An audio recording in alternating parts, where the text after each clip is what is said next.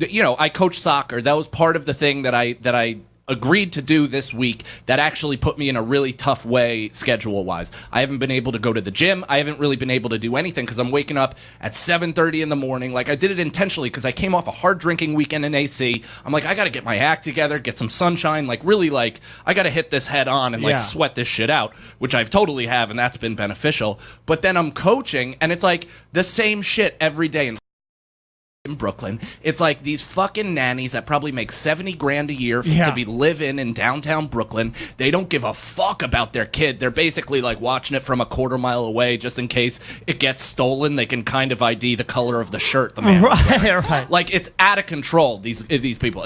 So, and not to mention, they walk through the practice with the stroller. Oh, that's like right through as we're running things, as like kids are like ducking out of the way, they're getting hit, like the balls are going off the fucking wheels and shit like that. And these like these women are just like no clue, no care in the world. All their fucking kids that they don't give a shit about are walking into the goddamn practice. They're picking up cones. They're like rolling balls. Some 2-year-old got hit in the head by like a 3-year-old's kick, and I'm like, what the fuck? I snapped on some nanny today. I was like, I go, get your fucking act together.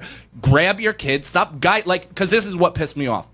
So the kid kept walking away. She was not paying attention because she was either in her phone or talking to somebody else. And then the kid would just like walk into the practice, and she would slowly lumber over there like a fucking hippopotamus. And then like lightly kind of guide their hand, like not even grab the kid, just kind of lightly try to turn them as they're stealing cones and soccer balls and throwing shit that we just diligently set up that these 3-year-olds with the least amount of athletic ability that you've ever seen took 9 minutes trying to fucking wake up cones with their stupid toes. Yeah. So, and I just like snapped. I was like, get your kid. You're not a border collie. You don't just kind of guide them. Right. Grab the little fucking shit and take her off. And she's like, oh, whatever. And like then did it again. And finally, the ball that the kid chased into the thing, a little ball, I punted it. No, you didn't. 50 yards away. Like Irish football punt, no fucking holdback, across the park, and I go get it. I go fucking get this. This is out of control. And then I kicked another babysitter in the back with a soccer ball. No. Yeah, as she was crossing.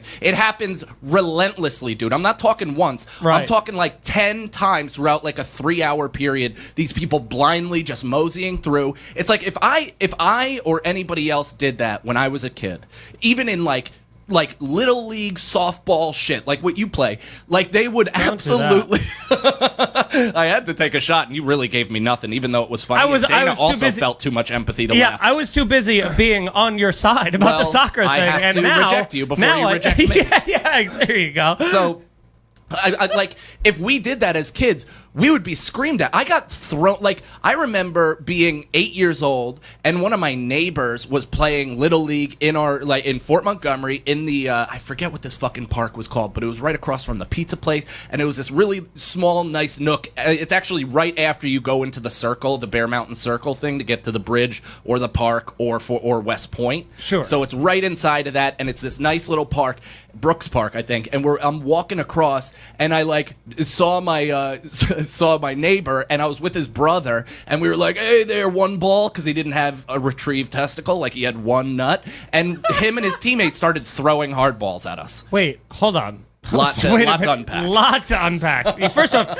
you gave me like the geo coordinates of a thing that's not relevant to the story, and then so now that I don't need to have that in my brain anymore, the man had one. Did he have a testicle removed, or he still had 2 testicles, but one just was up high? I think it's still up high, but I don't know. I really don't know. It's just something that we knew and we used against him. So you said one ball, but his teammates took that as an assault. And he started throwing, and then he was like scream throwing, and they were like, whoa, these kids must have done something terrible. So they started hard baseballs. Yeah, started hard baseballs at us for sure. And we had to literally run for cover in the woods. And it's all because we crossed the field. Maybe the insult had something to do with it, but more or less, it was because we nannied our way through their fucking field and game. That's when you want to make your Irish goodbye.